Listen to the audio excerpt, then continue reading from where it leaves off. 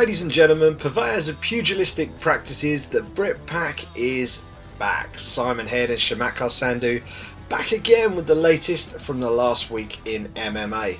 And on this week's show, we take a look back at the roller coaster ride that was Cris Cyborg's fight week in Brasilia, as she claimed a win double, beating the Scales and then beating Lina Landsberg in the main event of UFC Fight Night down there in Brazil. Then we'll throw things forward to UFC 205 in New York City and run down the fights that have been announced, as well as chatting about one or two fights that haven't, at least not yet.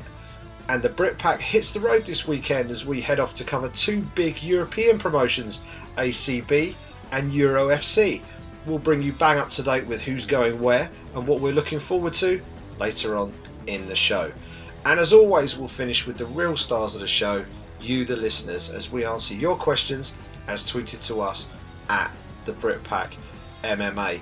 We've got a lot to talk about this week, so Sandhu, let's just launch straight into it, because we need to talk about the woman who's been dominating the conversation all week. And Sandhu, that woman is? Cris Cyborg. It was her and her fight and her weight that was sort of dominating the headlines all week long. But eventually she made the weight, and there was a bit of controversy even for that, during fight night, which I'm sure we're going to get to. But let's talk about her performance side. I mean, once again, a dominant performance, leaving her opponent Lina Landsberg bloodied and battered on the canvas, as she was kind of making her way to the top of the cage to raise her hands in victory and celebrate. But it was just another dominant performance, this time in a main event slot of a UFC card. It doesn't get any prominent than that. What were your overall thoughts, impressions, and reactions to Cris Cyborg's second UFC win?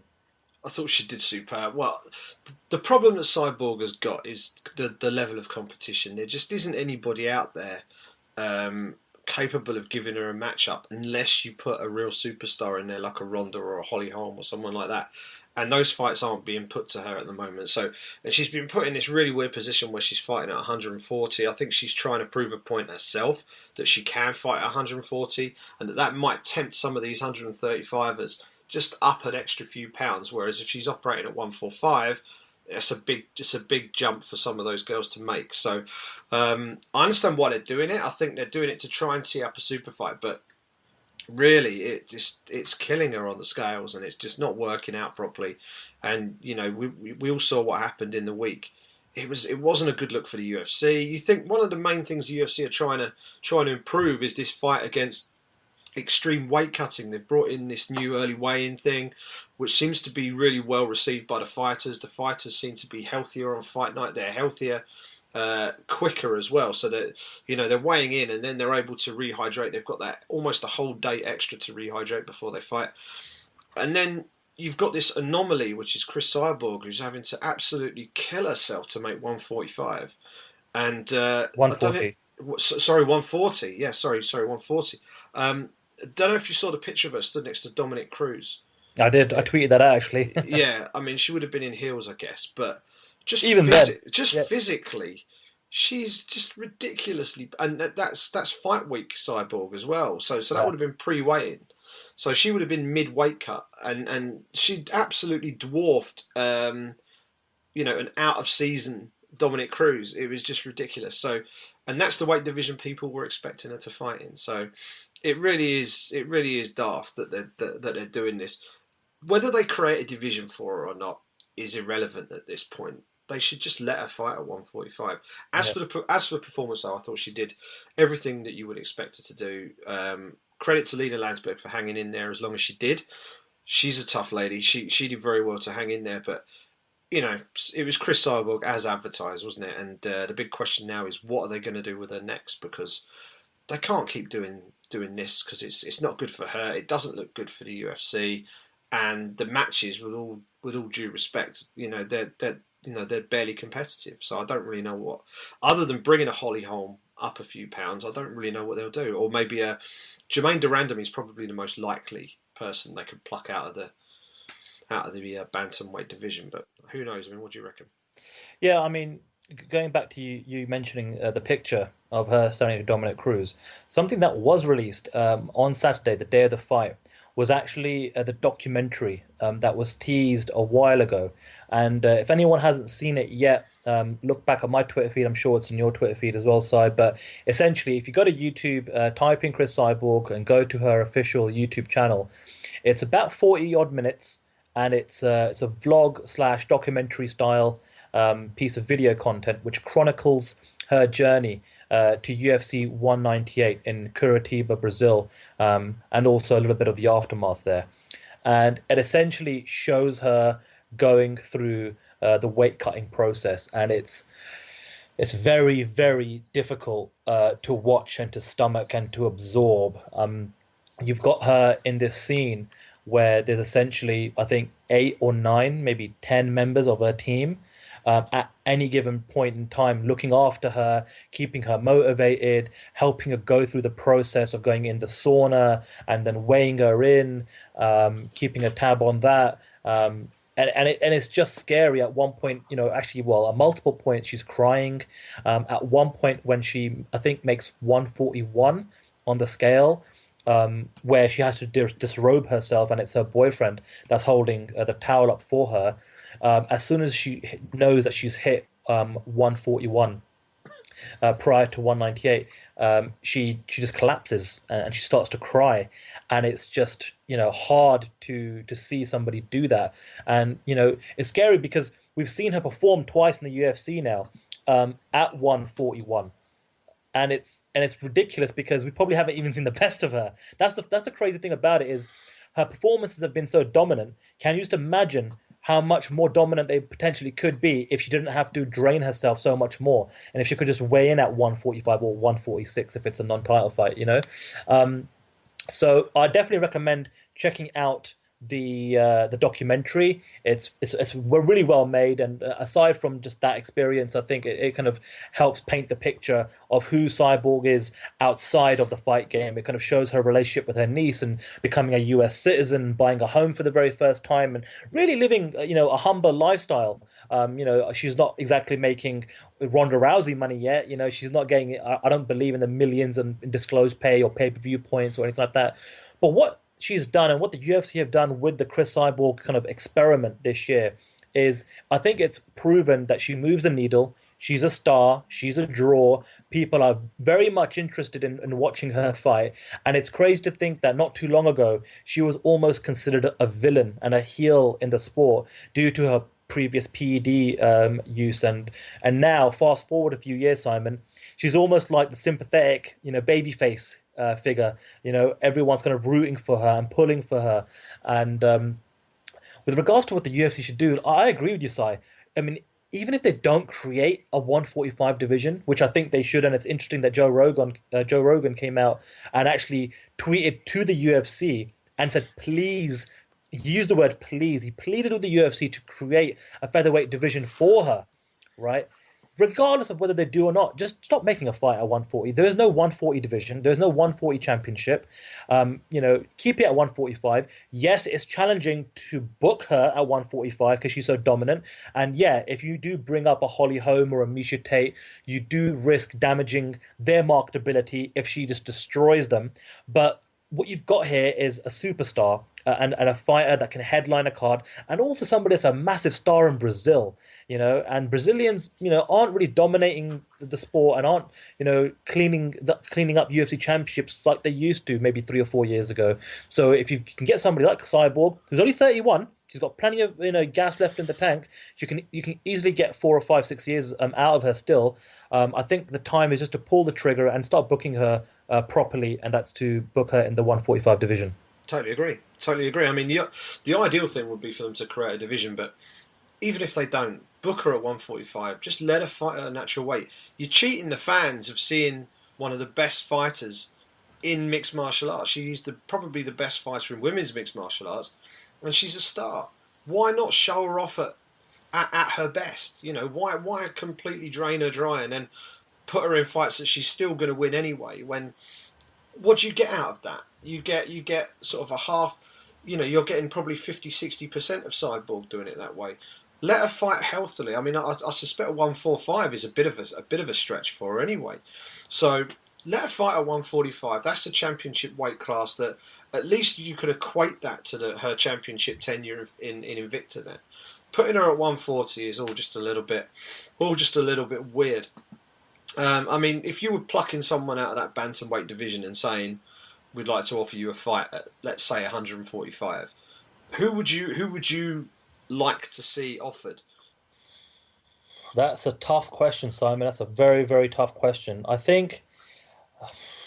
mean, if you're going to bring somebody up from the bantamweight division, someone that can really test her, then I think someone like a Holly Holm would be kind of the ideal scenario. You've got Holly Holm with an extensive boxing background and obviously a kickboxing background too. Someone that's definitely an elite striker, and I think that's someone that people can believe would give Cyborg a run for her money. I don't believe Holly Holm is booked for any fight upcoming. I know that she was, I think, nursing, I think it was an elbow injury, if I'm not mistaken, not too long ago. So she's, I think, available and free. And anyway, it doesn't really matter. Cyborg just fought, so they're not going to book her in the next 6 to 8 weeks anyway. But I'll tell you what I would do if I'm the UFC. If Ronda Rousey is going to come back, and she's going to come back for this December 30th, I believe, event, UFC 207. That's what the rumor is at the moment, or the speculation is. Now, I'm not saying book Ronda Rousey with Cyborg just yet, but I say, why don't you book Cyborg on the same card as Ronda Rousey, right? So you've got Ronda fighting at 135, right? Whether it's for the championship or not, but then you've got Cyborg, and then you've got this narrative. You can start to build a narrative between Cyborg and Ronda Rousey, where they're fighting on the same card. There'll be tons of media attention. I'm sure, a pay-per-view event with Ronda Rousey is going to get far more eyeballs and far a lot more media attention and media outlets covering the event than a fight night in Brasilia, Brazil, right? And then, depending on the outcome, then perhaps we can build towards a potential super fight between Cyborg and Ronda Rousey. But that's how I would do it. How would you do it, Cy? I like the sound of that. I like the sound, and I like the sound of having an all-female main card one day. I think there comes a time where that would be kind of cool to see. And maybe having, slinging Ioane and Jacek in the mix as well. But we now know that she's going to be competing at UFC 205 in New York City. So that wouldn't work for the December 30th event, but maybe it's, 2017. Who knows? We could see something like that. I think that would be very cool. They did an all-heavyweight card a few years back. It might have been UFC 164 or 146. I think it's 146. It was pretty much an all-heavyweight main card, which was crazy. And they it was kind of coming together that way, and I thought, you know what, let's just throw all the chips in and do it. Maybe they could do that for an all women's card. I think that would be a really cool thing to do. A really cool thing to try. And I think what it would also do, you get the star power of having Ronda on there, but what that also does is it gives the shine to everybody else on the card as well, and it opens up the opportunity for all these other female fighters to really break through and become stars as well. I think that would be very cool. Word for Lena Landsberg, who is a bantamweight, who would have taken the fight at 145 pounds, took fight week in her stride all week long. Was from what we can make out from our friends and colleagues down there in Brazil, she was an absolute joy to deal with. Very chilled out, very laid back, very confident. Obviously, the fight didn't go her way. Even after she got beat, she seemed like, she was grinning away like she won the thing. She's like, oh, this sounds ridiculous, but I thoroughly enjoyed that. And I'm like, you just got smashed. She's like, oh no, I loved it. So that was all a bit weird, but interesting to see, because I think that was a UFC debut. So it'd be interested to see her at her best weight at 135 pounds and see where she fits in that bantamweight, weight class, and see how she fits in. Who they might give her next, I don't know, but she certainly came across well during fight week. So interesting stuff from her. Did very well to last 2 rounds, I thought, against Cyborg. I think anybody, I predicted that it wouldn't go beyond like the first minute and a half, I think I said. So, for her to get into the second round, it's about halfway through the second round, I think. So she did really well. Very quickly, just to whiz through the results on the main card. Renan Barão at featherweight now. Obviously, former bantamweight world champion, beat Felipe Nova by unanimous decision. Roy Big Country Nelson, and I'm sure we'll talk about him later in the show. Yeah. He picked up a knockout victory over Antonio Bigfoot Silva. We'll leave it at that for now, because I think we'll probably have a question on that later. It does come up, yeah. Yeah, Francisco Trinaldo is building even more momentum. I think that's something like 7 in a row for him, something ridiculous like that. Beat Paul Felder by TKO, Dr. Stoppage, third round, midway through that final round. Eric Spicely got a very nice rear naked choke submission against Thiago Mareta Santos. And a Godofredo Pepe beat Mike Della Torre by first round rear naked choke. I didn't know you could speak Portuguese, Si. Obrigado, obrigado. Yeah, but I can only do it in an Italian accent. So, so try doing it in a Jamaican accent. I can only say beer can sandwich in Jamaican. But yeah. So there you go. That's your main card. Not a huge amount for us to get like really excited about. Renan Barão at featherweight, getting a decision win. He doesn't look the same guy who went all the way to the bantamweight title, but he certainly looks healthier at 145. So we'll see where he goes. And Roy Nelson always hanging around there in that heavyweight division. He'll give anybody a fight. He wants Derek Lewis again. Derek Lewis wants him again. That fight has to be made at some point, surely. But we'll see how Derek Lewis's career goes from there. That was UFC Fight Night from Brasilia, Brazil. Coming up in a few weeks' time, we have UFC 205 in New York City.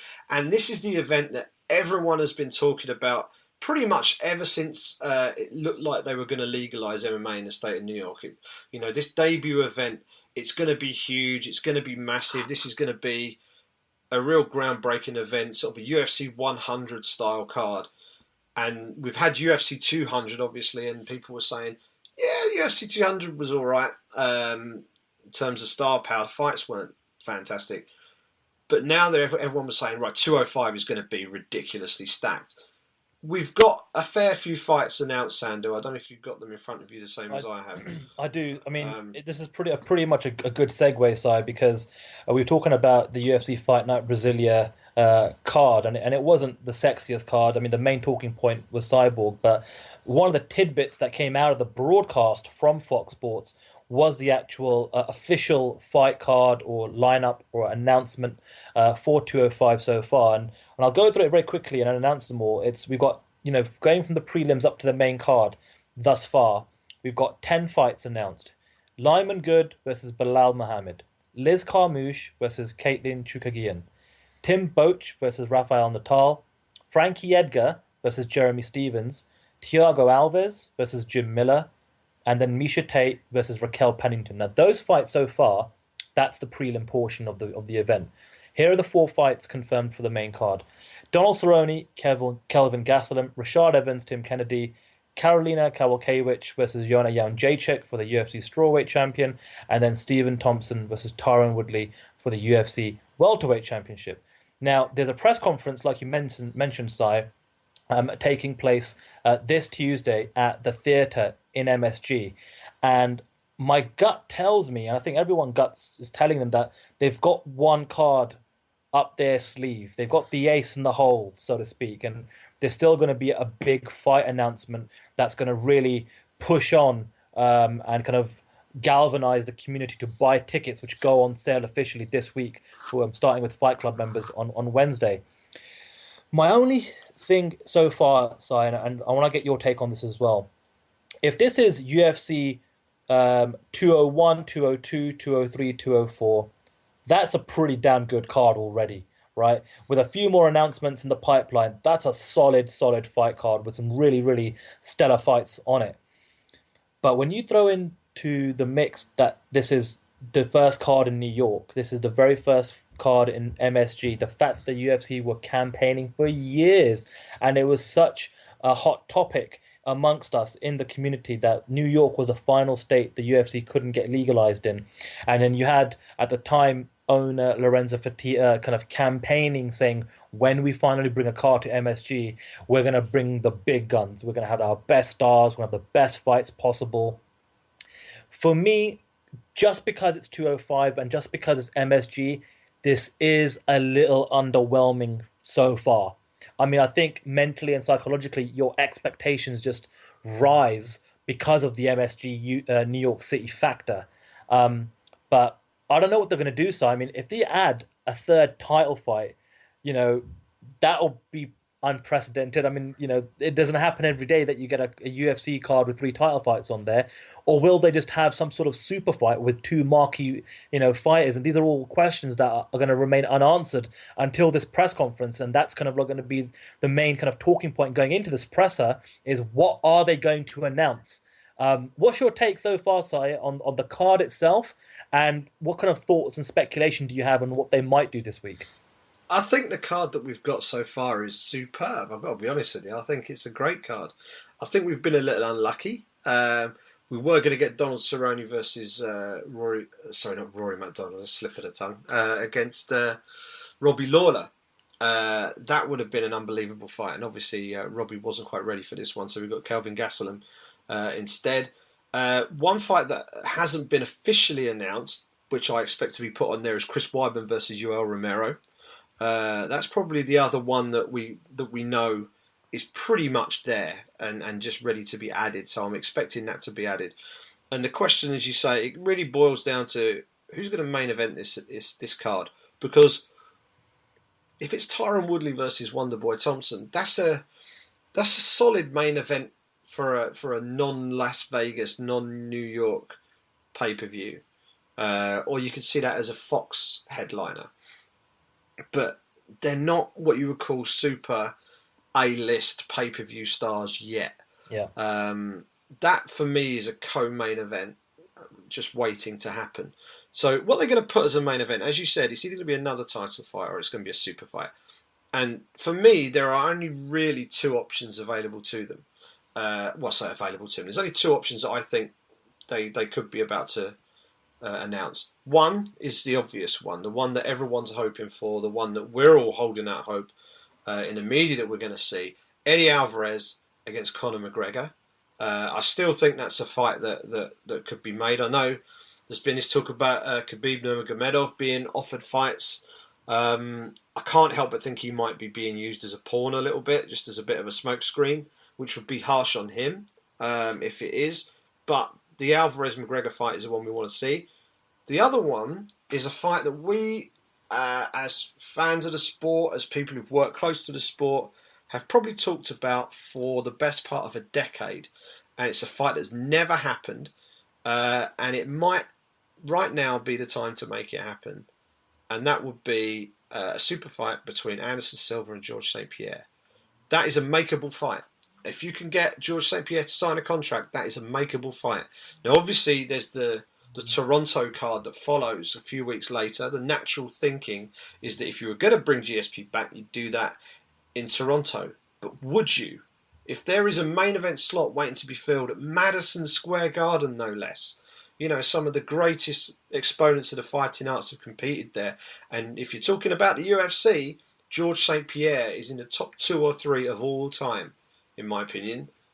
For him to be main eventing at MSG against another guy who's probably in the top 3 of all time, Anderson Silva, that I think would be a suitable card topper for this event. Not the big pay-per-view World Championship fight, but you got two A-listers, like the two genuine legends of the sport in a showcase fight in the main event, and then you got 2 World Championship fights featuring young up-and-coming champions, if you like, Ioanni and Jacek and Tyron Woodley, and allowing them to build their star under the lights, if you like, with these superstar guys at the top of the card, bringing those eyeballs to the event. I think that would work really well. Alvarez v McGregor, no mistake, would be my choice, but I wouldn't be at all surprised if they announced Anderson Silva GSP. I like the fact, and I agree with you, we all want Eddie Alvarez as a Conor McGregor. Champion versus champion, that's what MSG should be all about, especially the first one. Potentially history being made with McGregor being the first two-weight champion at the same time. That's a great storyline. Who are you going to have there to take advantage of the media capital of the world? It should be Conor McGregor. He's the one that's going to give all these media outlets, maybe some of whom have never been to a UFC event before or covered a UFC event before. He's the one that's going to give you these zingers and one-liners and something to go back to your editor with. You know what I mean? So that's the one that I think we're all secretly hoping the UFC, pull the trigger on. I like as a plan B GSP versus Anderson Silva because they've got so much history with the sport, legends of the sport, former champions. There's a legacy there. It's a fight that's been talked about for quite some time. For me personally, it's a fight that I probably wanted to see maybe 2, 3, 4 years ago. Um, I mean, I'll still get excited about it, I suppose. Maybe the Bunsen burner isn't, going to be burning as hot as it would have been maybe 4 or 5 years ago if that's when the fight happened. But nonetheless, in terms of getting two guys with marquee value to headline an MSG card, they both definitely tick the box. The only thing that I think could nix this potential fight from happening, and why I think that it probably won't happen, is GSP entered the USADA testing pool about, I think it was 2.5, 3 months ago. But basically, you've got to complete a 4 month cycle before you can fight. And if I'm not mistaken, I think he's well within the time frame to be able to fight on the Toronto card on December 10th, but wouldn't have been able to complete the 4 month period to be available for the New York card. Now, there's nothing to say that the UFC can't give him special treatment like they did with Brock Lesnar earlier this year, where he kind of came into the sort of testing pool pretty late, Yeah. but they still kind of allowed him, kind of gave him a waiver, so to speak, so they can get him on UFC 200. So they can definitely do that, but if they did that, it would kind of bring back the storyline of Brock Lesnar, and I think they got a lot of flack for it. So we'll see, how that all, shakes up and develops. But I mean, that this week, the major storyline and the major kind of headlines will all be about UFC 205. It will be about New York. We're going to get the finalized lineup. We're going to get a main event, and it's going to be interesting to see what the UFC do tomorrow. Yeah, I really, really hope it's Eddie Alvarez versus Conor McGregor. I think that's the fight that the sport needs right now because, on top of the fact that it's a big showpiece fight, it hits the reset button on the featherweight division as well. Because I think if Conor McGregor was to then go on and beat Eddie Alvarez, there's no need for him to hold that 145-pound belt anymore. He's achieved his aims. He's become two-weight world champion, and unless he's then going to drop down and defend it in his next fight, and there is no point in him having that belt anymore. If he loses, then really he has to move. He has to move. So it's much we were saying this up, after the last fight. So I don't know. You'd like to think that this would be the one that really kickstarts everything and gets everything back into line. We've got interim titles flying around that really don't need to be there. John Jones technically is an interim champion. There's no need for him to be an interim champion because the champion is active. And actually the interim champion isn't anymore. So that needs to go. Jose Aldo is an interim champion, which is ridiculous because Conor McGregor is active and has the other belt. So he either defends it or he lets it go. That's how that has to be. But yeah, champion versus champion at MSG is the perfect way to do it. Just on that card, I am very, very pleased that Frankie Edgar is on this card. I'm very pleased that we've got a veteran guy like Jim Miller on the card who I think he deserves every good spot that he can get. He's been a real servant to the sport without ever quite making it to World Championship level. I talk about getting some premium cards this year. He was on UFC He 200, was on and now 200. he's going to get 205 as well. Yeah, That's a class move. Class move by the UFC. yeah, get him on there, and people like him and there's a few guys out there who you just when you see them on the cards you just get excited and pleased for them because they're going to put in a good performance. Joe Lozon is the other guy who springs to mind. Whenever you see him on a card you think good for him. I'm really pleased for him. He's been around the block. He's done the hard yards, but he always comes to fight and always puts a good fight on. So to have Jim Miller on that card against Thiago Alves, I think that'll be a cracker of a fight. Bilal Muhammad is a good up-and-coming welterweight prospect. He's exciting to watch, so I'm looking forward to seeing him. Misha Tate, Raquel Pennington, she's having to take one step back to hopefully take two forward. But for Raquel Pennington, this is a breakthrough fight for her. If she wins that, then she's going to be right up there as a bona fide contender. So, and Chris Weidman, obviously, if he gets on that card, he probably as much as anybody as really deserves his spot on this card. He was one of the guys who really lobbied hard with the American, with the New York political system over there, really lobbying hard on the UFC's behalf, speaking publicly on the topic, and having to field some pretty stupid questions over over the past months, I would imagine. So for him to be able to fight in his hometown would be a dream for him. But we need that main event, don't we? We need that main event. I tell you what, Si, there's 10 fights confirmed, right? A Yeah, typical UFC event has, is it 12 or 13 fights? 12 normally, 13 if you're lucky. All right. So let's say this card's gonna have 13, right? Just for Okay. argument's sake, right? Yeah. And there's 3 fights left to add to this card. Here's my kind of thought, speculation, and prediction. And wouldn't this just be the perfect scenario? If the final 3 fights announced at the press conference this week are the main event, Eddie Alvarez, Conor McGregor. You've got another addition to the main card slot with Yoel Romero versus Chris Weidman. And here, 100% agree with you. You've got to give Chris Weidman a slot on this card just because of the work he's put in with, like you said, the New York political system there. And then how about Mickey Gall versus Super Sage Northcutt for perhaps either your Fox Sports headliner or your Fight Pass featured prelim? How wonderful would that be if you can put those 3 fights to this card? That's got MSG, New York City. We bow down to the MMA gods. Thank you very much. We'll take that all day long. Yeah. I'm surprised we didn't actually mention that fight before. Mickey Gall versus Sage Northcutt is it's ridiculous that we've got these two. They're basically two kids, aren't they? Especially in Sage Northcutt's example, but these guys are really new, and under normal MMA logic, neither of these two guys would be in the UFC.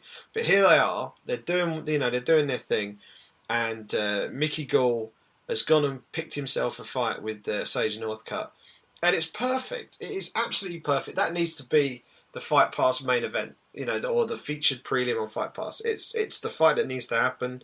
It's perfect. They both were built through UFC Fight Pass. They've become stars through UFC Fight Pass. They've both stepped out of UFC Fight Pass to a bigger audience. Now on this super card, put the main event at Fight Pass.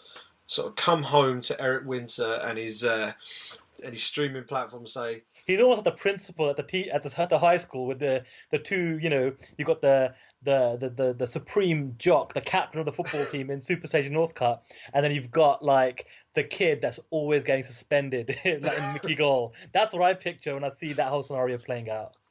yeah, and they've both come back after their first year at college to sort of teach all the other young kids that it can be done. This is what Fight Pass can do for you, and they're both doing really well for themselves, and that fight needs to happen. I hope it happens on this card. And they're both doing their little bit to sell the fight already. I know Sage even attempted a little bit of trash talk the other day, which didn't really count as much trash talk, but it was he was sort of answering back to some of the stuff Mickey Gall had said, and Mickey's doing a good job. So let's see that fight. The Weidman Romero fight is an absolute given. That needs to be on the card, and then cross your fingers, cross your toes, cross your eyes, whatever you want to cross.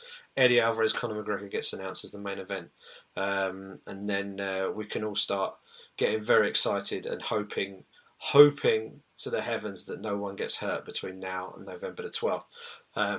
What we do know is this is one of these things where the main event can quite often dictate how you feel about an entire fight card. That fight card is brilliant. Yeah. You look at the quality of the matchups there. You look at the quality of the people on that card. Jacek and Karolina Kowalkiewicz, all Polish world title fight. Donald Cerrone is one of the biggest crowd favourites in the UFC. Kelvin Gastelum is one of the most successful Ultimate Fighter winners in recent history. You think, the guys who've come through, they haven't had the same success that some of the early guys have done. Kelvin is doing pretty well. He's working his way up. Frankie Edgar, Jeremy Stevens can't suck at all. There's no way that fight sucks.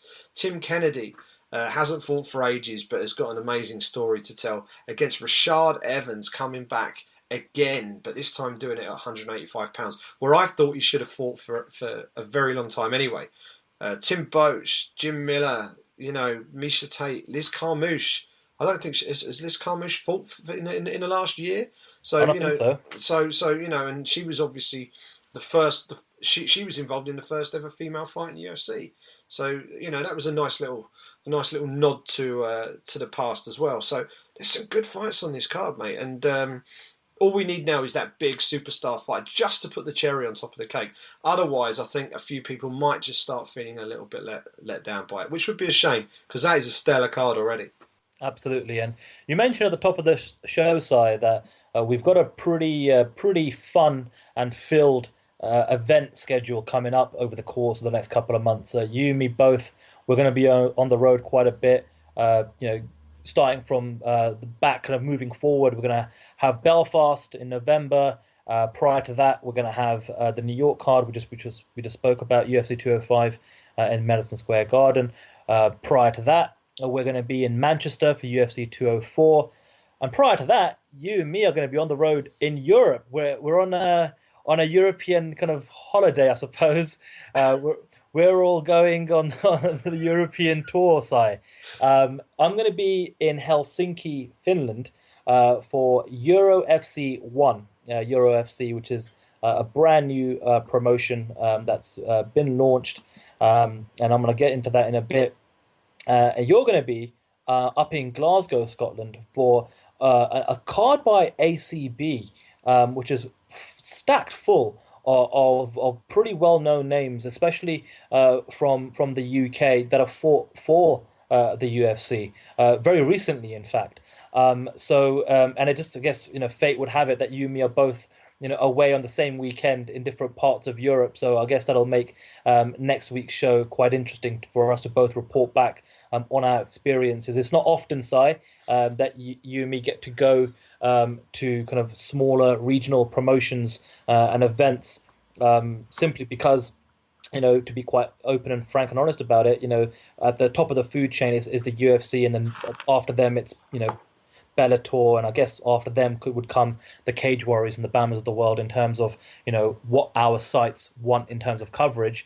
But why don't you kind of kick us off, Si? You're going to be in ACB. How did this come about? Why are you going there? What's the card all about? And what are you looking forward to? ACB is a Russian promotion, and ACB stands for Absolute Combat or Absolute Championship Berkut. Berkut is Russian for eagle.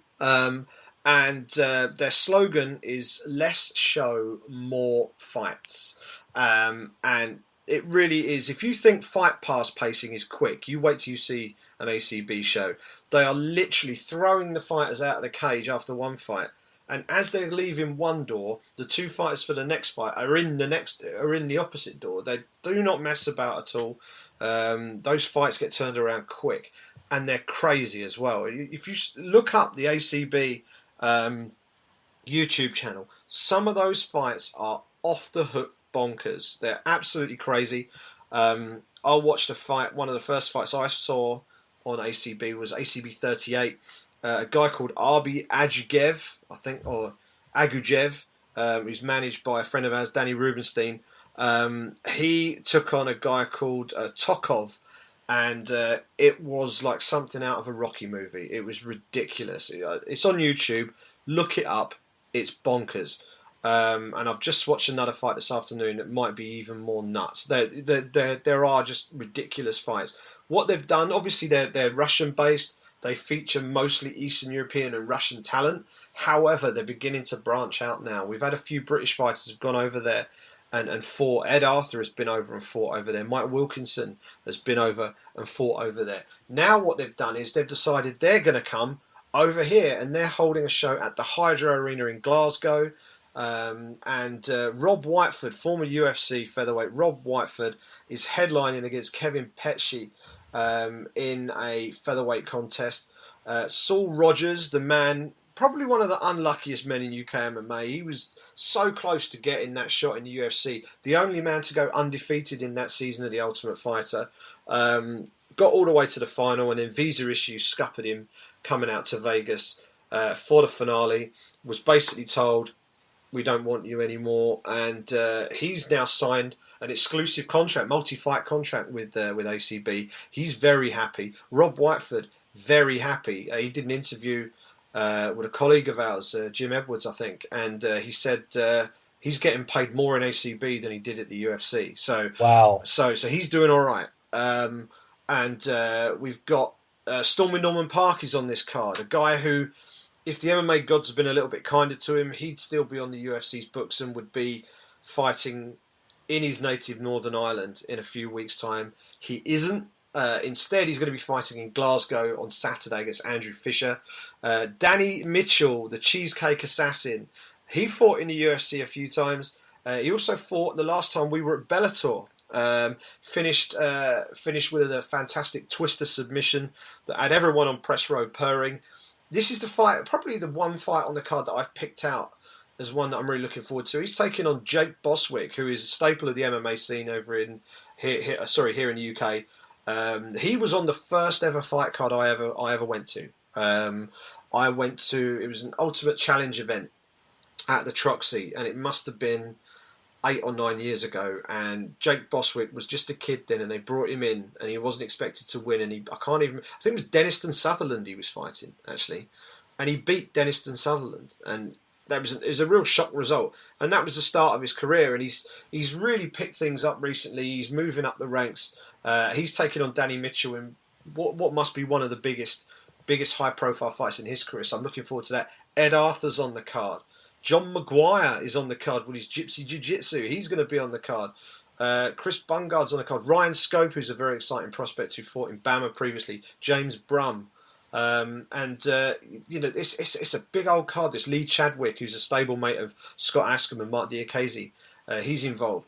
The one guy who isn't on the card, unfortunately, is Mike Wilkinson, who was due to compete, but I understand has had to pull out with an injury, which is very unfortunate for him, because he's had a terrible time with injuries over the last 18 months or so.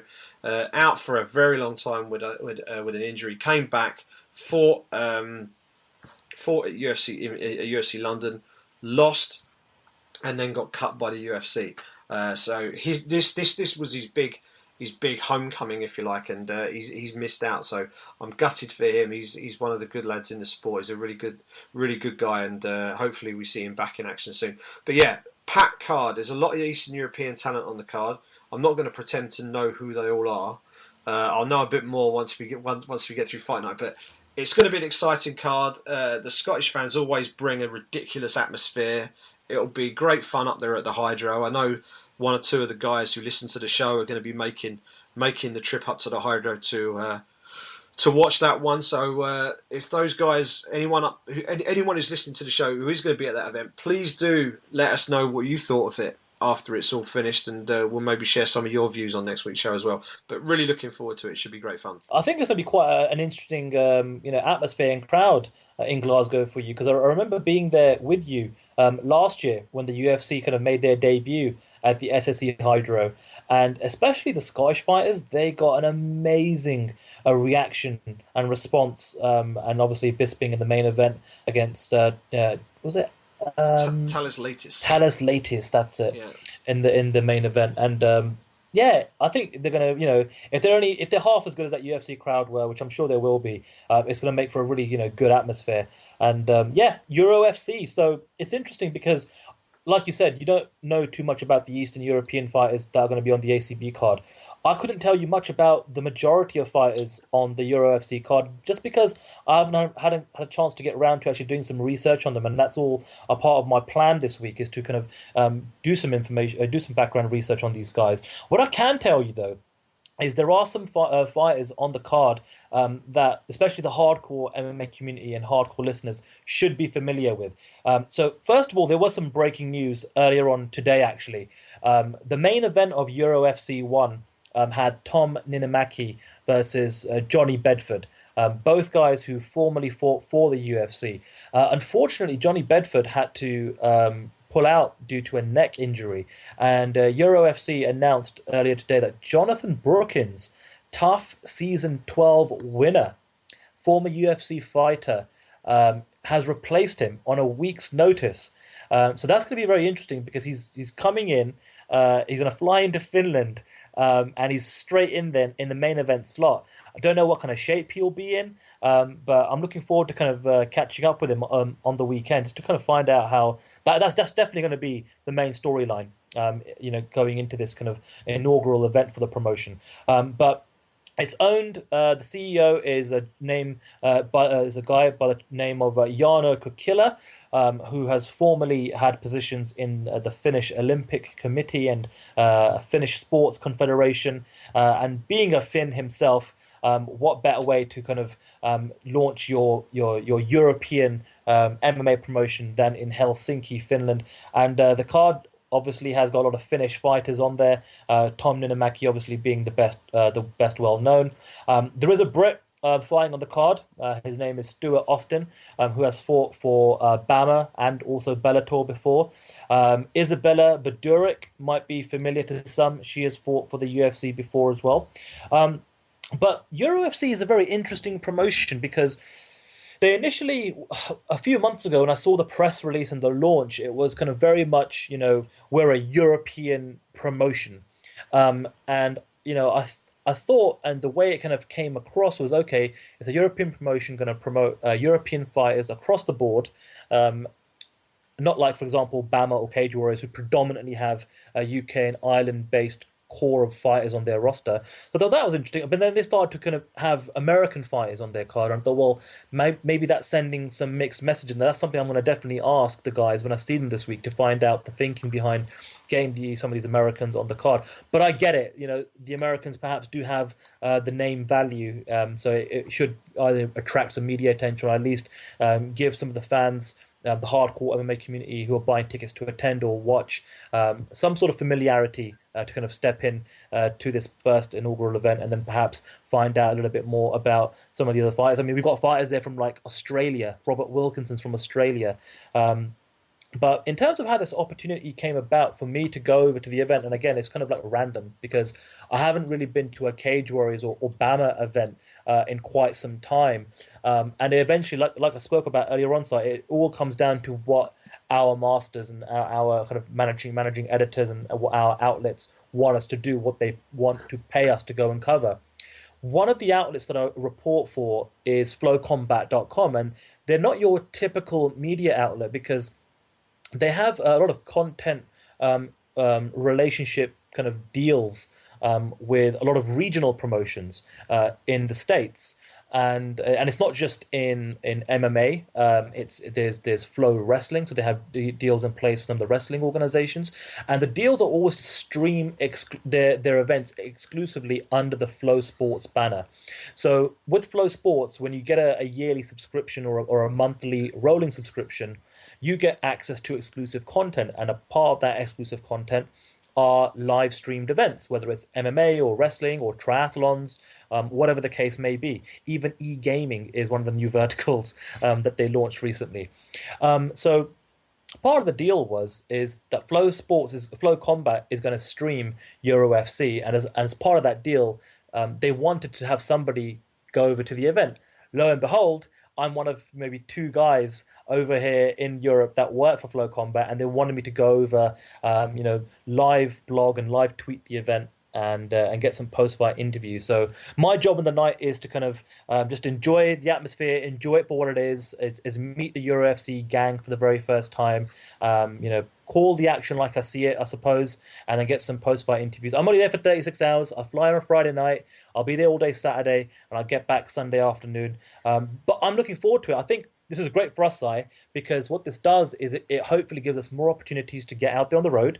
It also gives some of the European-based fighters more opportunities to get their names out there, build their records. Because ultimately, I'm sure every fighter will say this, whether you're fighting for BAMMA, for Cage Warriors, for ACB, or for EuroFC, whoever it is, your ultimate goal is to get there to either the UFC or the Bellators of the world, right?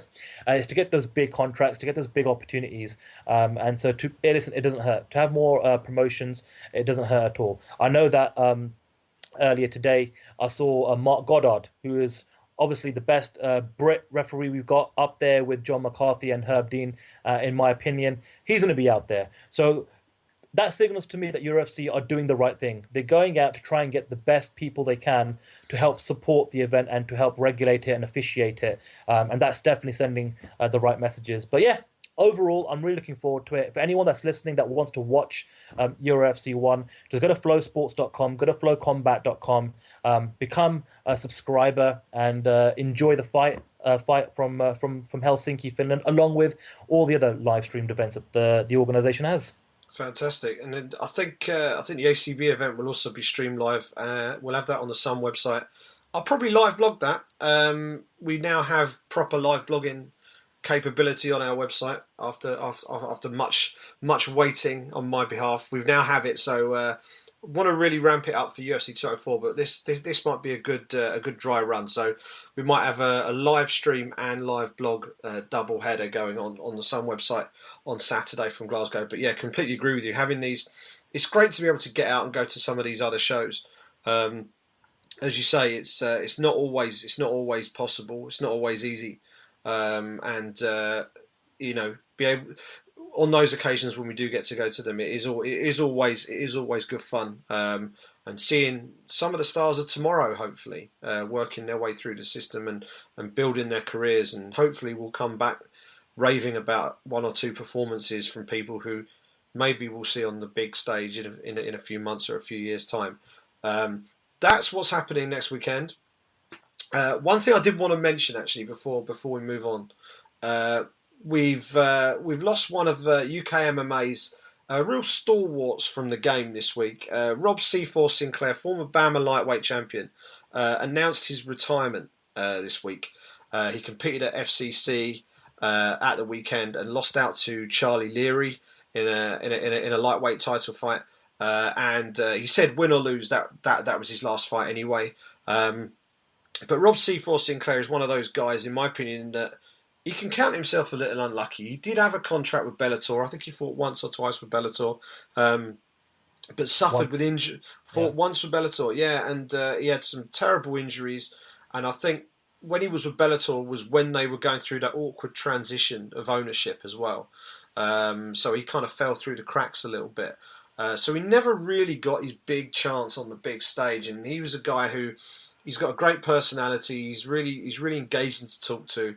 One of the real characters of UK mixed martial arts, and was one of the. I think he was on the second BAMMA show I ever covered was BAMMA 7, and he was on that show, and stood out to me as one of the most entertaining guys on the card. He knocked out Diego Vital with an absolute peach of an uppercut in that fight. It was a superb performance from him. He defended his title, I think, three times. And never lost it. Actually, he is when he left the promotion. He never lost it. And his last fight with BAMMA was last year in June, and I was there for that as well. At BAMMA 21, he fought Michael Breitman, and he beat Michael Breitman by first round TKO, and was sitting on the cage celebrating. And then he motioned over to his team, who produced a rucksack, and from the rucksack he pulled out his original BAMMA lightweight championship belt, and just waved it to the crowd, who went absolutely nuts.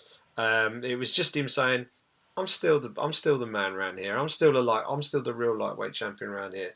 And I thought that was a really nice moment, and it was great that he had that moment. He obviously lost at FCC at the weekend up there in Manchester, but he's called it a day. He's going to spend more time with his family now, and I just wanted to put it on the show and just wish him all the best, because he's always been great to deal with whenever I've spoken to him, and for me, he's one of the most entertaining and maybe a little bit one of the more unlucky guys in UK MMA, because I think he deserved the shot on the big stage and he never really got it. But all the very best to see for Rob Sinclair. Nice one, Si, and it kind of goes back to what we said earlier on, Si, isn't it? I mean, sometimes, you need a little bit of luck. You need a little bit of luck. You need the opportunity and the platform to build a career, which is why it's great that the ACBs of the world and Euro FCs are around, alongside the BAMMAs and the Cage Warriors and the FCCs.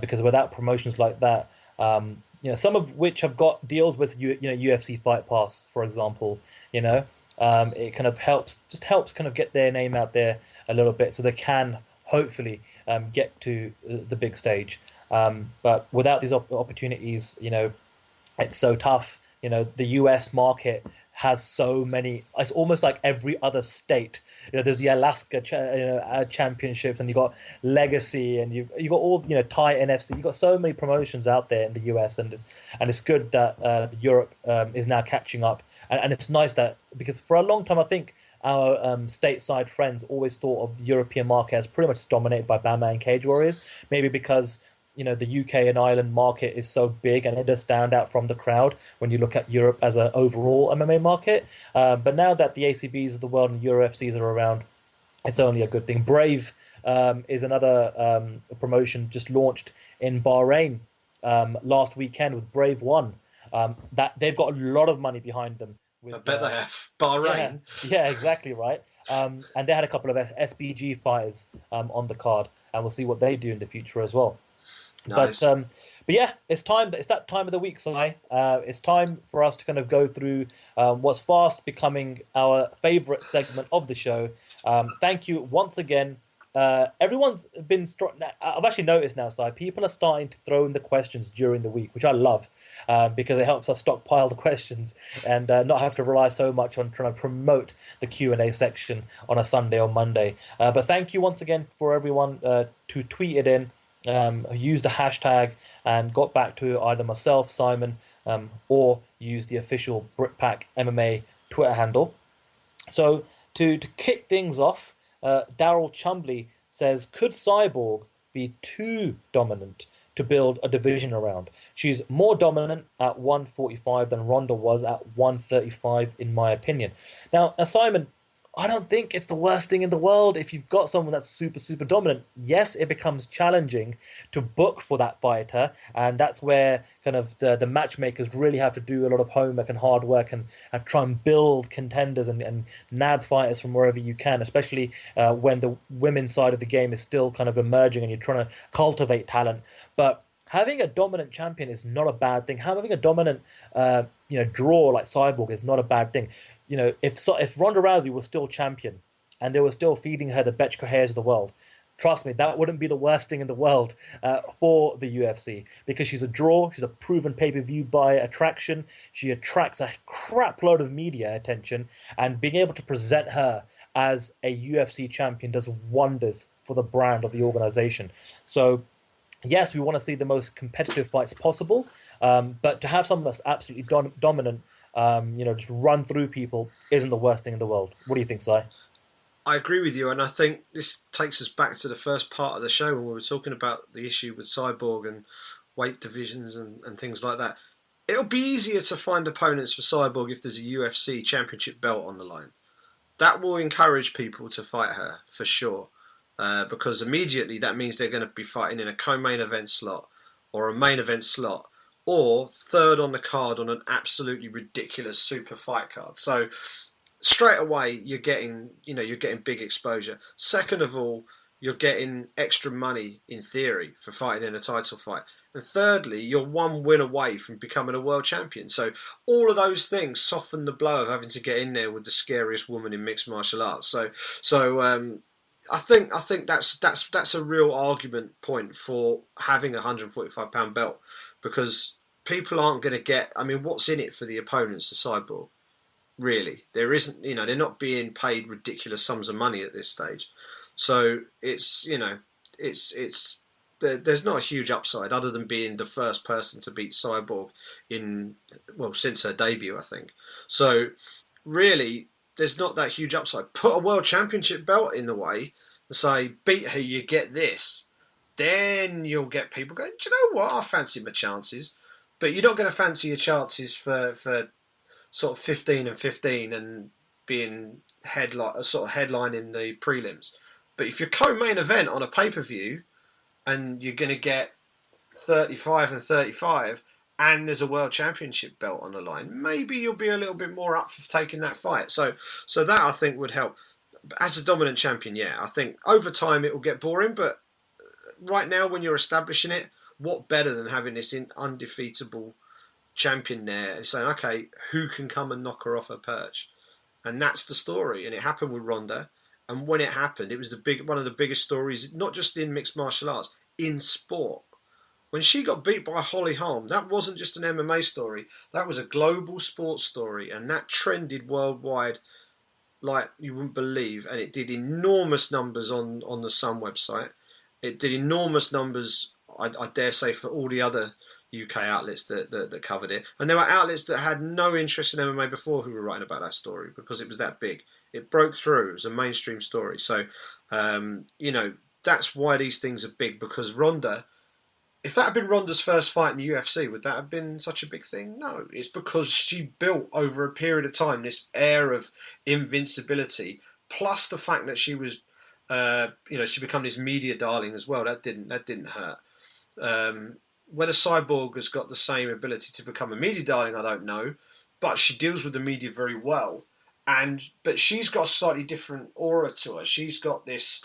She's called Cyborg, for crying out loud. So that's that. That's a start. So she's got this sort of terrifying persona when she gets in the cage, and that's the selling point in and of itself. Put a belt on her shoulder and have the world, and then tell the world, "Come and get it off me."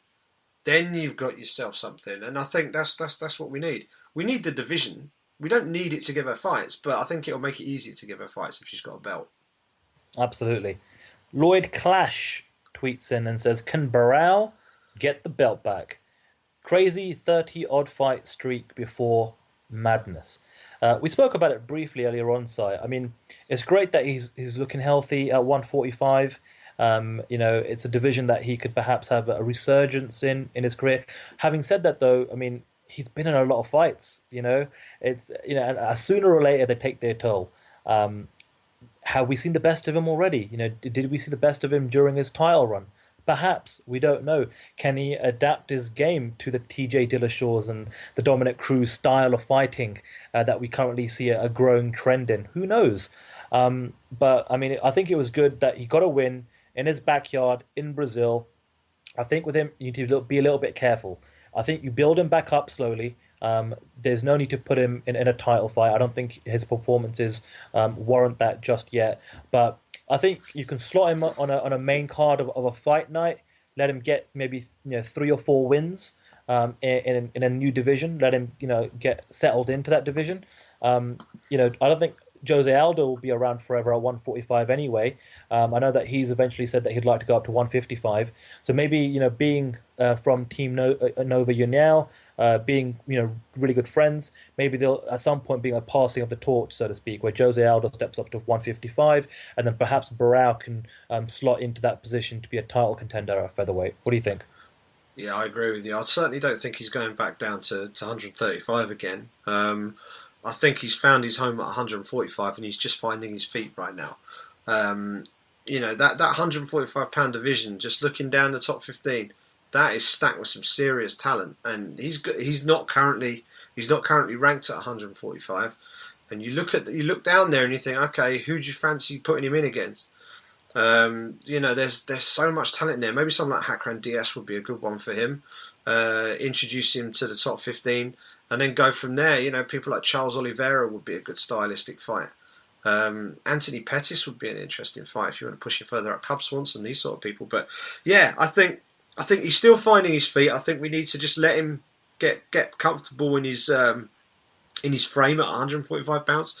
And I think 2017, by the middle of 2017, I would expect him to have broken into the top 15, maybe into the top 10. But honestly, some of those guys at featherweight can bang, and Barao has been shown to be a little bit suspect under the gun, so to speak. He's been hurt a few times, so it'd be interesting to see just how far his undoubted talent will take him in that bigger weight class against guys who've just got a little bit more bang in their gloves. So I'm looking forward to seeing how he does, but I don't think we're going to see him with the featherweight championship, put it like that.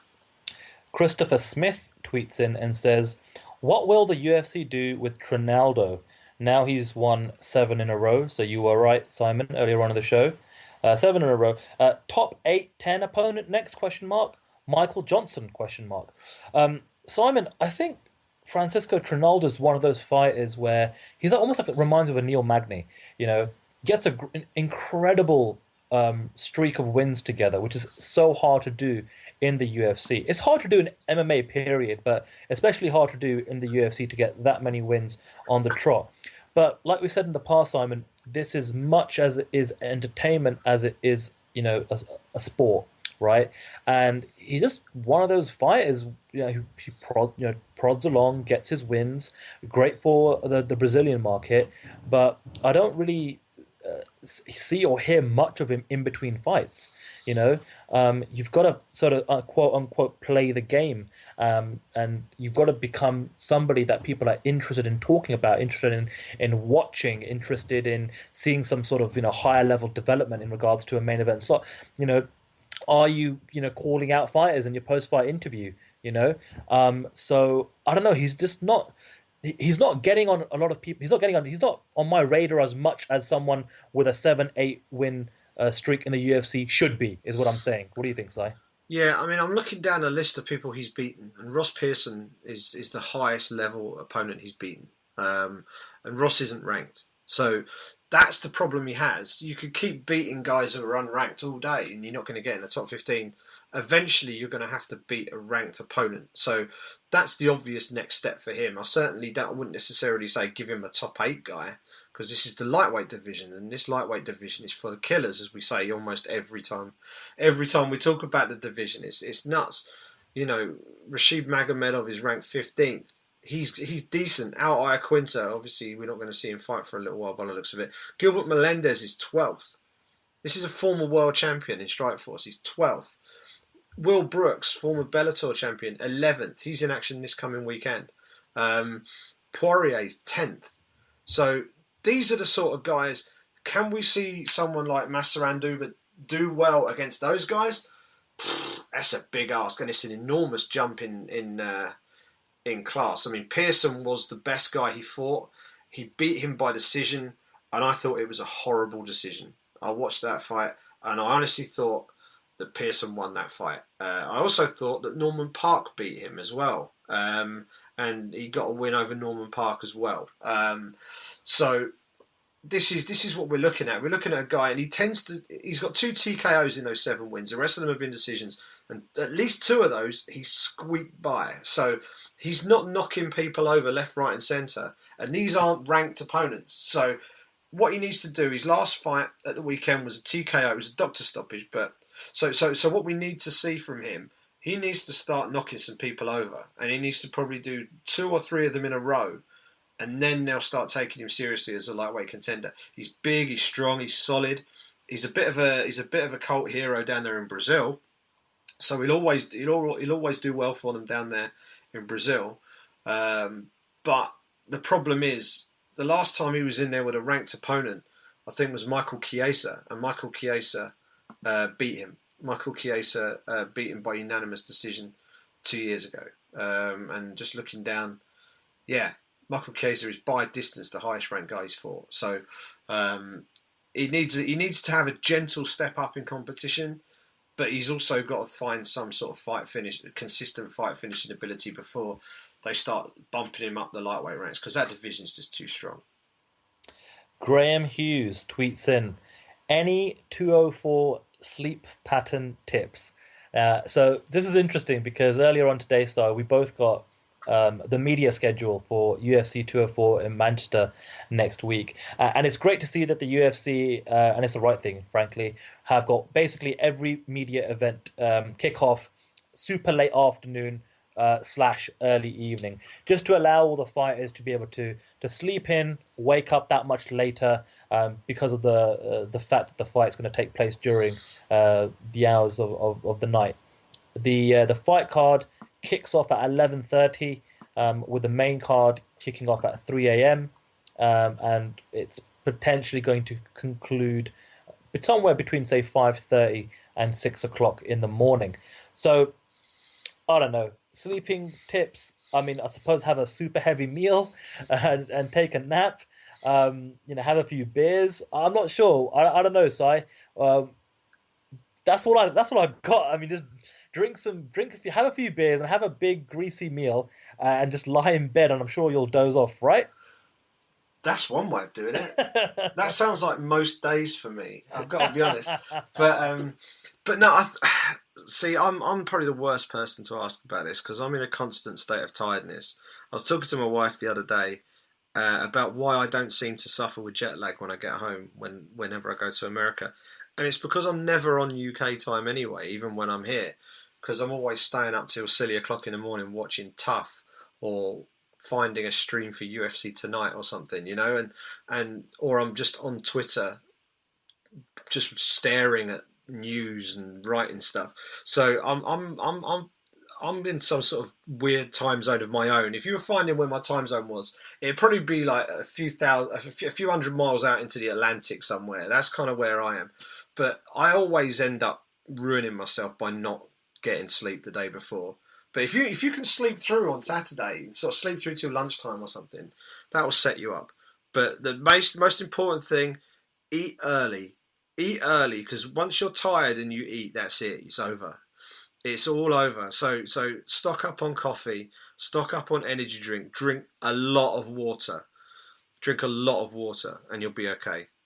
You can do it. We can all do this, people. We all have to do this together. It's going to be weird because it's going to be daylight hours when we really need to be getting rest and the body's not used to that. But I think the adrenaline will carry us through once we get to the arena. I very much doubt we're going to see people asleep in the stands. It's going to be too damn loud. So I think we're going to be okay. But yeah, liquids, not all alcoholic either. Well, speaking of liquids, I did have somebody earlier on today tweet me basically asking what the alcohol policy at the Manchester Arena for UFC 204 is going to be. And I suppose for any of our listeners who are going to be in Manchester, first of all, make sure you say hi to me and Simon if you find us and make us feel really awkward and uncomfortable. That'd be great. But I did reach out to the UFC PR team because I wasn't really sure what the alcohol policy is, and they basically said that the Manchester Arena has a license to serve alcohol until 4 a.m. Now, whether they actually go ahead with that and do that, it's completely down to their discretion. But they have the lawful right to do that. So you can, in between fights, nip out, get yourself a beer if you want to, and you've got until 4 o'clock to do that. So there you go. Public service announcement for any alcoholics that are going to be in the Manchester Arena next weekend.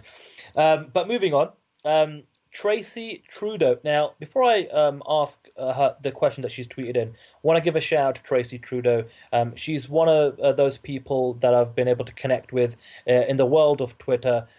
Fantastic supporter of my career so far. I'm always plugging and tweeting and retweeting my articles and links and engaging with me on social media. And I suppose, Simon, as many haters as there are in the world on social media that we've encountered in the world that we live in, it's always nice to come across real, genuine, nice people. So hi to Tracy Trudeau from Canada. But she does tweet in and she says, strategies to expand women's MMA divisions in the UFC. And in brackets, she says, make a deal with Invicta for a tough 145-pound women's champion. And I think that's a fantastic idea. I really liked the season that led to a title shot, or I suppose the very first women's strawweight championship. I thought it was great that the UFC basically harvested a lot of the Invicta strawweight fighters. We were already somewhat familiar with them, having watched them fight for Invicta, but they were the best of the best in that particular weight class. There was already some rivalries and storylines built in that they were to carry on over into the show. And to be honest, that's been the most interesting season of Tough, I think, from the last 5 or 6 years that I was super into. So I think what you potentially could do is maybe do a similar thing where you get the majority of the 145ers from Invicta, maybe cherry pick a few other featherweight women's female fighters from other promotions around the world, and maybe create a tournament where the winner gets to fight a Cris Cyborg for the inaugural UFC championship, in a main card slot or a co-main event in a pay-per-view, something of that kind of ilk. But I love that idea. What do you think, Syed? Do you think a tournament on Tough for the inaugural 145 championship belt would be the best way to go here? I think that's the best use of Tough as well. I think they're doing it obviously with the flyweights right now for Demetrius Johnson. It worked really well in establishing that 115-pound strawweight division. That was probably in terms of a lasting legacy, it's probably been their most successful season in many a year because they've established an entire weight class, and we've seen some amazing fights come off the back of that. The other way of doing it, of course, is a much more aggressive and money intensive way of doing it, and that's just to buy Invicta. You can keep it running by all means. Don't take it out of circulation if you don't want to, but you could buy Invicta, and you could either run it as an all-female promotion like you do now, and then what you do, you showcase certain fights as part of the UFC's pay-per-view events, or you have Invicta running as it is now, but you also have a UFC championship fights as well. So so it's a bit like saying like the WWE, right? I know this isn't real sport, but bear with me. In the WWE, you have the world title and the intercontinental title, right? So, but the same pool of people can compete for both, right? So it's like that. So it's like having a European championship and a world championship. Do you know what I mean? Do you know what I mean? Two levels of title. You could do that. Because obviously you have instant access to the roster. You have instant access to matchmaking skills, Glasgow, Helsinki, and all of the team that have made Invicta the huge success it is. They're already on UFC Fight Pass. There's already a relationship there. It would just be an even more formal arrangement with them, where you basically have the ability to invite. Either you buy them, or you have some sort of deal where you can invite Invicta talent to appear on UFC cards. UFC have traditionally been a non-cooperative in terms of the people who fight for the UFC are contracted exclusively to the UFC, whereas other promotions are a little bit more free and easy, and they're happy to let people from other promotions come in and fight because it's to their benefit. I think to expand women's MMA, that cooperative approach would maybe be the way forward. Bring people in as guest fighters and establish the division on that basis. Allow them to carry on fighting in Invicta, but then you say, we will give you 2 or 3 fights a year, or 2 fights a year in UFC. You can have 2 or 3 fights a year with Invicta, and it means that the athletes involved get paid more. They get more opportunities to earn. Plus, they get the option to compete on a bigger stage. Maybe that's the best way forward. Absolutely. Hear, hear. Will Martin has to tweet in twice to ask his question. So he says, should Roy Nelson get punished for his actions at the weekend? I thought he was out of order and believe he should be punished in some capacity. No room for that in the sport. Now, I've had a stab at all of his questions first, Si, so I'm going to let you go for that one on this occasion. Go for it. You've stepped away from the time bomb and let me jump on it. No, that's good. He shouldn't be allowed to get away with it. No, it's the short answer. Now we have to sort of put some balance to this. Jason High got kicked out of the UFC instantly for putting his hands on a ref. Okay, now that was pure frustration and a complete heat of the moment thing that I'm sure he straight afterwards knew that he shouldn't have done it, but nonetheless, boom, his feet didn't touch the ground. He was out the door, probably before he even got back to the locker room. So that's how quickly they basically got rid of him. I don't expect the same to happen with Roy Nelson, even though Roy Nelson does like to live outside the lines a little bit. He's not a rule breaker, but he doesn't toe the party line when he does interviews, and he'll sometimes say things that you can imagine some of the UFC PR staff are sort of going, Roy, really? Is that helpful? But I do think he needs to be maybe not by the UFC so much as by the commission. I think the commission has a job here. I think that's really where they need to, because they're the they are the governing body of the sport in that state. So they're the ones that really have to do it. I think from an internal point of view, I think the UFC should do something. I don't think they should kick him out though. I think that would be ridiculous, and over the top. And the fact that he was so vocal about it afterwards, and he was very vocal about the ref John McCarthy, who, as we know, is one of the most respected and probably the longest standing MMA ref in the game right now. So So I thought that was a little harsh on him as well. So I don't know. I think he probably needs he needs a sort of a rap on the knuckles or something, but nothing too much. I certainly wouldn't be kicking him out of the UFC for it. Well, a rap on the knuckles, I think, is what he's going to get because there was a report by my colleague Stephen Morocco at MMA Junkie earlier on today, where he got in touch with the CAB MMA, which is the regulating commission in Brazil for mixed martial arts, and essentially they said that look, we're not going to tolerate what they consider to be unsportsmanlike conduct, which is exactly what this was. Referees should be able to go about their job without just like a bus driver or anybody else in a walk of life where you're dealing with, other human beings in some capacity, where you shouldn't have to fear for your safety whatsoever. So perhaps a fine, a suspension, something in that ballpark should be enough. I mean, it wasn't overly aggressive where John McCarthy's got injured or anything like that. But we'll see what happens. I mean, I think it's crazy. I mean, even the Jason High, and I'm glad that you mentioned that example because I thought, Jason High gave the referee a shove. It wasn't exactly something that caused grievous bodily harm to the referee. Obviously, he did it out of pure frustration, which is exactly the same situation with Roy Nelson. It was just a moment of pure frustration because of the sympathy he gave his opponent, his friend, Antonio Silva, where he was essentially in a situation where he didn't want to do any more damage to his head. But essentially, you've got to keep fighting until the referee pulls you off and stops the fight. And he did, to his credit, instantly go to Instagram and social media and apologize to John McCarthy. But I think, yeah, just a slap on the wrist should be more than enough, and we can hopefully just move on from this, really unfortunate situation. I mean, we should be talking about a fight and a fighter that's got back to winning ways. I mean, the story coming into this fight was the fact that these guys were both on a 1-4 record in their last five. Not exactly the greatest run recently. So it was a big win for whoever would come out on top. But unfortunately, we're talking about a controversial moment, which is just really unfortunate.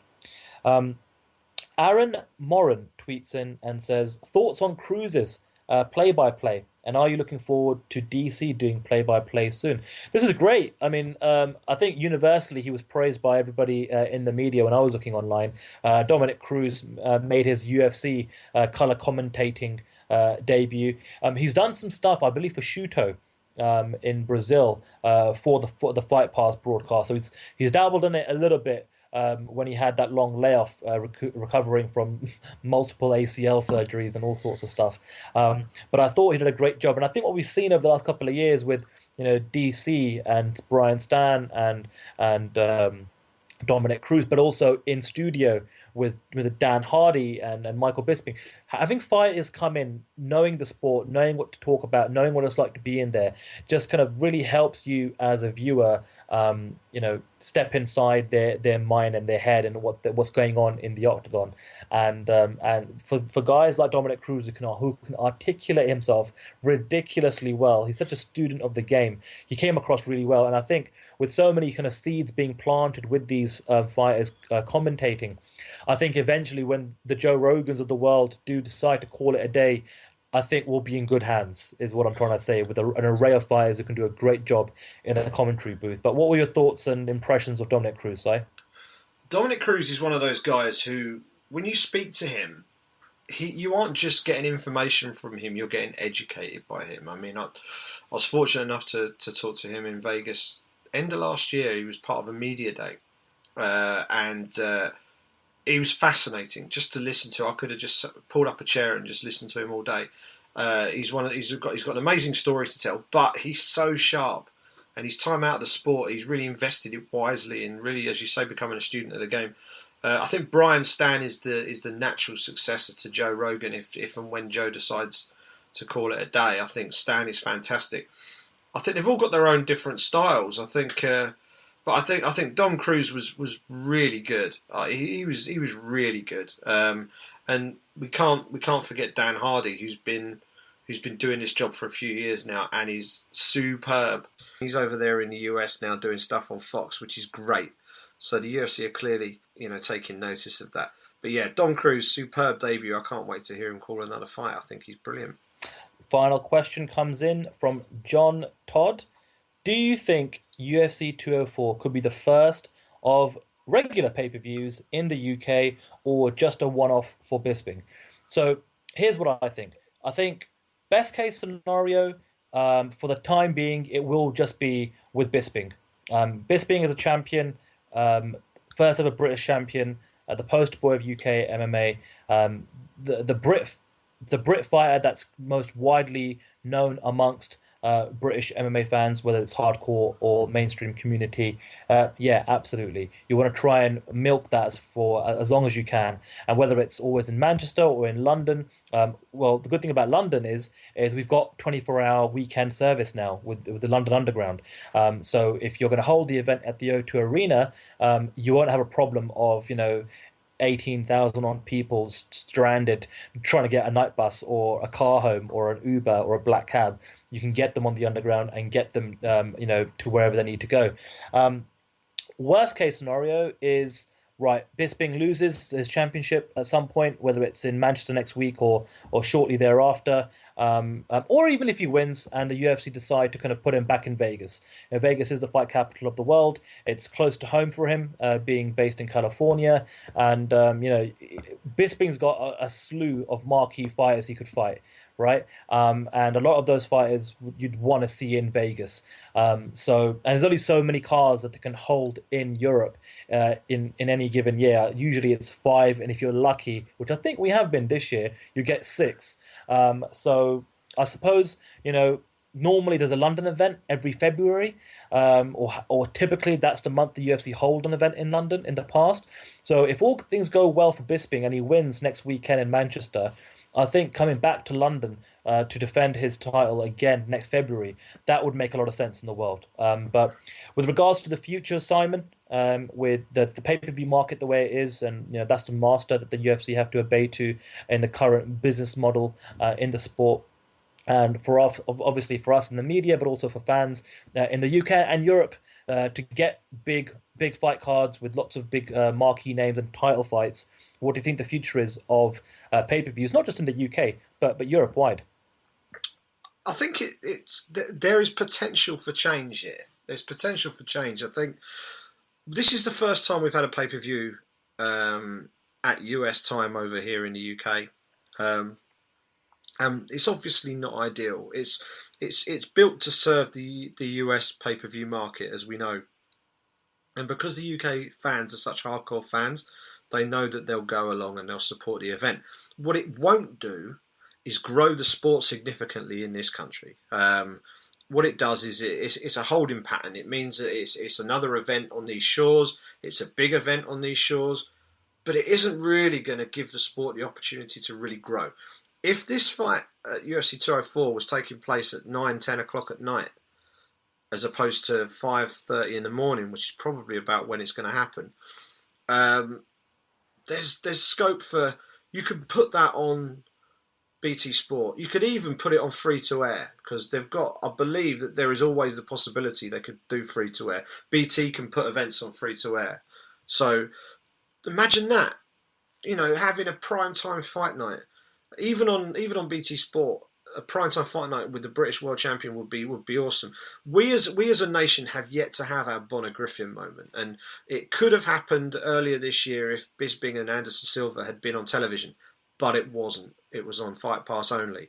If that had been on TV, that could have been a Bonner Griffin moment. That really was a pick up the phone and ring your mates, something mental's happening kind of fight. We haven't had it yet. It will happen, but it needs to be put on at the right time first. And I'm hopeful that under the new ownership here, and they're going to be looking at the best way to get return on their investment. And the best way to get return on their investment is international expansion. They've got the US market sewn up. Their pay-per-view market is fine. That services itself. It does what it needs to do. Now what they need to do is they need to expand out into Europe and into Asia. And in Europe, where they've got a stronghold over here, because we've got such a rabid fan base for MMA, if you could start putting big events on at prime time and putting them on TV with world champions, especially if you've got a local world champion, that's the perfect storm. Put it on prime time, and then what you'll find is go on a real charm offensive with the media, and you know, do a one-off deal to get it on the radio. Put it on free to air. Make it a loss leader. Just say, listen, we're not doing this to make money from this event. We're doing this to kick things up a level or two, so that the sport is just, you know, the awareness and knowledge of the sport is higher. The appreciation for the sport is better. And then when we come back again, it doesn't have to be with a world title fight. The next time for a fight night event, people will be more switched onto the sport. And sometimes you have to chuck some of the, you know, if you're chucking crumbs out there, people will peck at them. But you chuck some big stuff out there, more people start to take notice, and that's what needs to happen. And I'm hopeful that with the new owners, they need to do this sort of thing in order to really get their return on investment. They've invested $4.4 billion. Just putting pay-per-views on in America is not going to make that back, because that's what they were doing before. So they need to break from that. Don't have to stop doing that, but they need to break from that and find out how they can supplement that and build outside of that.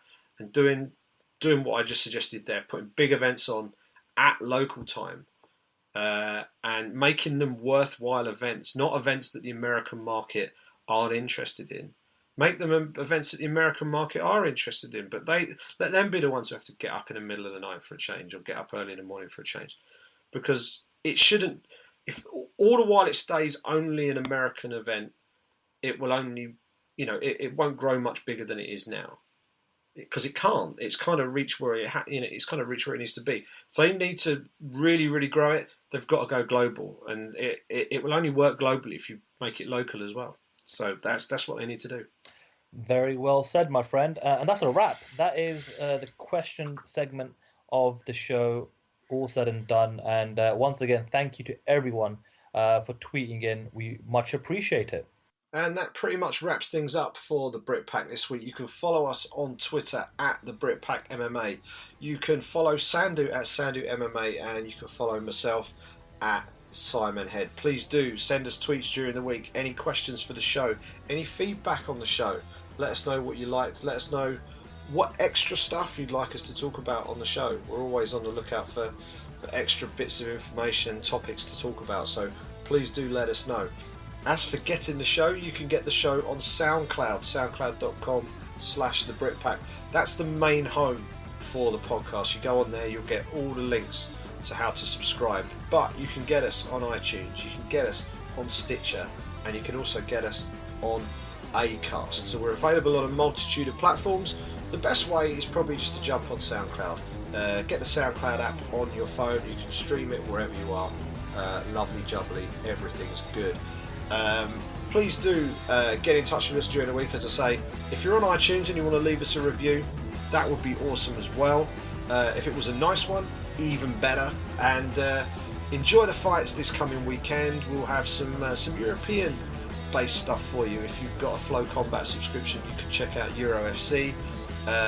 If you jump on the Sun website, you can watch ACB from Glasgow. That's going to be a fantastic card. And on next week's show, Sandu will come back and report on what he saw in Finland.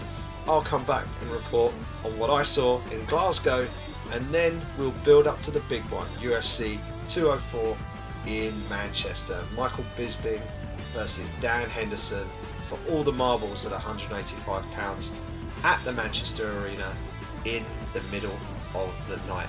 But until then, enjoy the fights this coming weekend, and we'll speak to you next week.